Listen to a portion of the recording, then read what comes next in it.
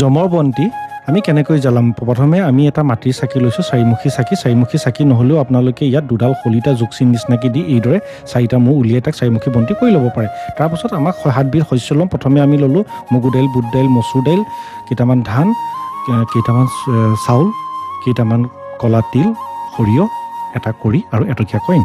এইকেইটা সামগ্ৰী আমি এখন প্লেটত গোটাই ল'লোঁ। আমি চাকিটোত অলপমান বেছিকৈ মিঠাতেল দি আমি মূৰকেইটা চেপি 7বিধ শস্য আমি এতিয়া এই চাকিটোত বাকি দিম।